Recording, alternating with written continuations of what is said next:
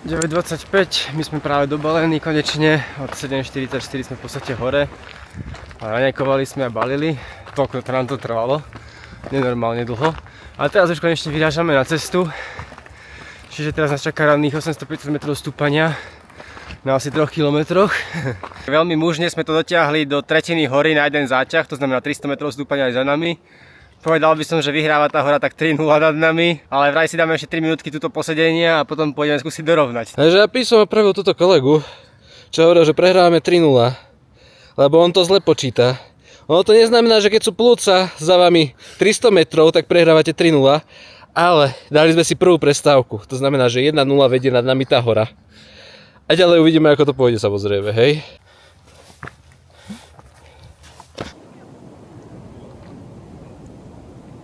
My sme práve došli k takémuto prameňu, ledva to tak ciká.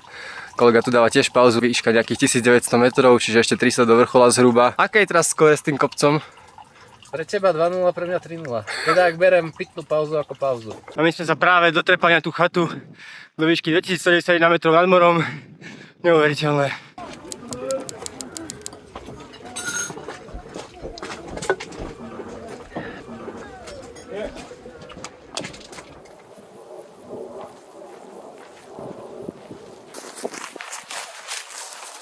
Práve som tu obišiel normálne pána, ktorý si tlačí kočík a v ňom dieťa.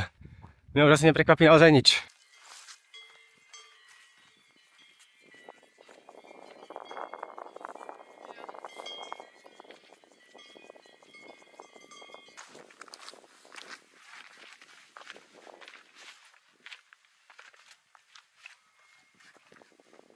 Ja som práve druhýkrát vybehol na Aiguille du Possetes, myslím.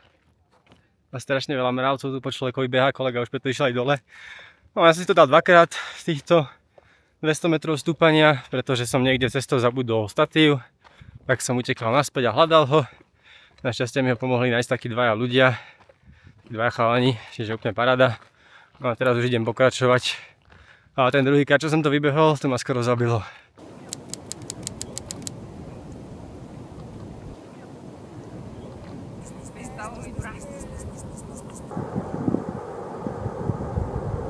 Najlepšie je, že my teraz toto zídeme a potom budeme šplhať hentam na ten kopec oproti. Fú, to bude ešte 1000 metrov stúpania večer. Paráda. Ja som práve klesol k tej ceste, ktorú bolo vidieť z hora. Krásnych 600 metrov klesania na 2,5 km. A tu by mala byť kúsok reštaurácia. Tak ak tu nebude, tak ja neviem, ja sa možno rozplačem. Ja som strašne hladný a nemám už nič v ruksaku. Kámo, to žiadne mäso, iba zelenina.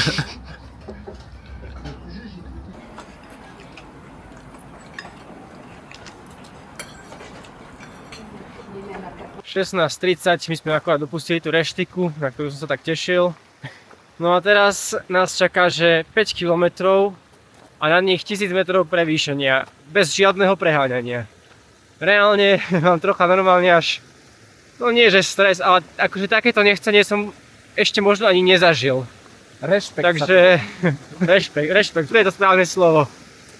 Jak tam budem do 3 hodín hore, tak som akože veľmi šťastný, že keď mám zaručené, že tam budem za 3 hodiny, tak fakt som rád, lebo nevidím to moc dobre.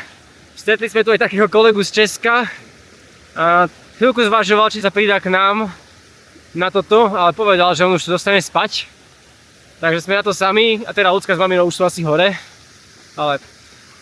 No a ešte pre kontext, to bolo jasné, že... Lebo 1000 sama o sebe neznie tak veľa, ale tých 5 km to je jedna vec. Lenže my máme za sebou teraz 13 km a na nich 1200. Čiže ďalšia 1000 teraz je akože fakt záhul.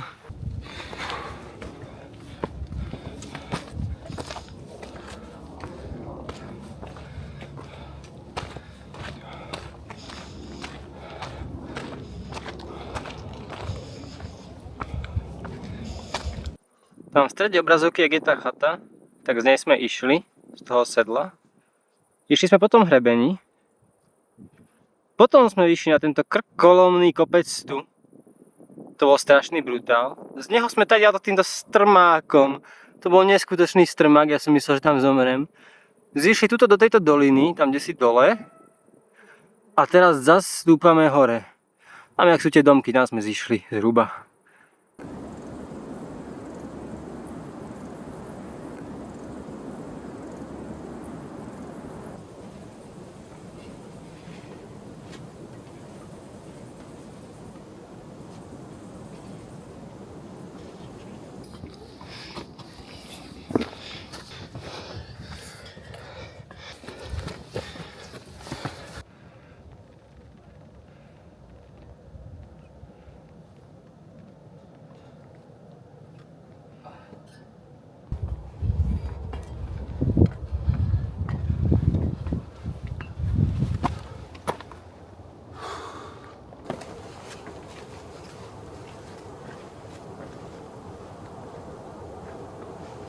Tak už len 300 metrov tohto brutálneho stúpania. Teraz tu máme takú prekážkovú dráhu, vyzerá, že ešte bude pokračovať, ale aspoň rýchlo naberáme tie výškové metre.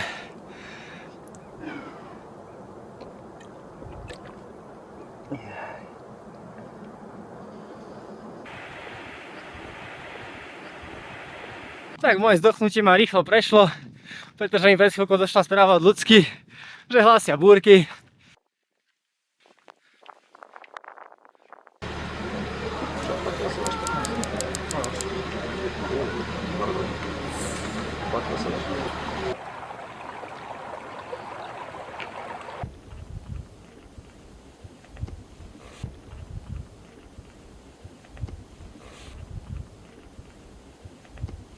V 19:50 rýchle občerstvenie na chate za nami a teraz už len nájsť nejaké miesto na spanie. Tak hento je náš nový cieľ, myslím, že to volá Flegere, tam práve ideme, vyzerá, že sú tam aj stany pri tom jazere, takže tam spíme. A som veľmi šťastný, že už to takto vidíme, pretože už je vlastne 20:30 a nechce sa mi tu byť po tme, to je jedna vec. A ešte nám ostávať 2 km a 300 metrov klesnúť, čiže aj tu to je také strmé, čiže nechcel by som byť čelovkou proste tu chodiť.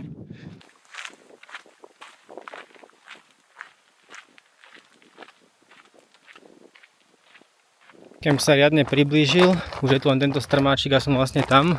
Ja nechápem, že nám takto praje šťastie, proste tento kemp je bez rezervácie, ani sa nič neplatí. Proste si tu rozložíme stan, kde je miesto a ideme spať. Teda tarpu. To je miesto nášho dnešného odpočinku. Zaslúžené. A tu krásny výhľad na Mont Blanc. Toto bude krásna noc. Nakoniec sme leniví rozkladať, takže hneď pri jazere je takáto búda. Takže vršok búdy je obsadený. Za to pod búdou je naše kráľovstvo. Asi to rozložíme takto semka. Tuto. Takto potiahneme tie karimatky, tu bude pohode. Nakoniec borec, ktorý mal zabratý vršok, sa rozhodol, že je na ňo príliš veterno, takže ide späť do stanu. Fajto povedal, že zostane dole, že tam je to pre neho útulnejšie, ale ja idem hore. Takže ja som na dnes úplne vyhral, som úplne šťastný.